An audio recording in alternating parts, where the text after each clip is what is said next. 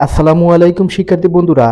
আজ 8 জানুয়ারি 2025 প্রতিদিনের প্রকাশিত বিভিন্ন দৈনিক পত্রপত্রিকা থেকে সংগ্রহকৃত আমাদের আজকের এই কারেন্ট অ্যাফেয়ার্স। গতকালকের কারেন্ট অ্যাফেয়ার্সে তোমাদের জন্য প্রশ্ন ছিল, ফেসবুক কত সালে প্রতিষ্ঠিত হয়? যার সঠিক উত্তর হচ্ছে 2004 সাল। 2024-25 অর্থ বছরের প্রথম প্রান্তিকে জুলাই সেপ্টেম্বর জিডিপির প্রবৃদ্ধির হার কত ছিল? উত্তর হচ্ছে 1.81%। 2024 সালে গড় মূল্যস্ফীতি কত ছিল?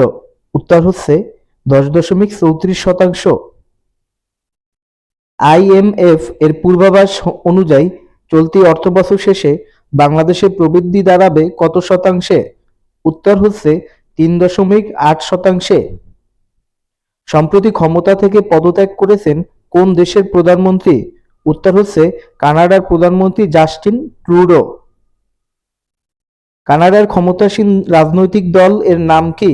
উত্তর হচ্ছে লিবারেল পার্টি। দেশে বর্তমানে কয়টি রপ্তানি প্রক্রিয়াকরণ এলাকা ইপিজেড রয়েছে? উত্তর হচ্ছে 8টি। দেশের রপ্তানি প্রক্রিয়াকরণ এলাকাগুলোর নিয়ন্ত্রণকারী প্রতিষ্ঠানের নাম কি? উত্তর হচ্ছে বেবজা। সম্প্রতি ব্রিক্স এর সদস্যপদ পেয়েছে কোন দেশ? উত্তর হচ্ছে ইন্দোনেশিয়া। উদীয়মান অর্থনৈতিক দেশগুলোর জোট ব্রিক্স এর জোটের বর্তমান সদস্য দেশ কয়টি? উত্তর হচ্ছে 10টি। তিব্বত কোন দেশের স্বায়ত্তশাসিত অঞ্চল? উত্তর হচ্ছে চীন। সাহিত্যে সর্বকনিষ্ঠ নোবেল বিজয়ী কে? উত্তর হচ্ছে রুডিয়ার্ড কিপলিং। দানিউব নদী কোন মহাদেশ জুড়ে প্রবাহিত? উত্তর হচ্ছে ইউরোপ।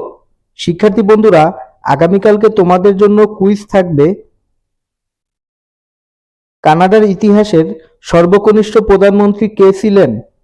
ভিডিওটি ভালো লাগলে অবশ্যই ডেইলি শিক্ষা ইউটিউব চ্যানেলকে ফলো করবে। ধন্যবাদ সবাইকে।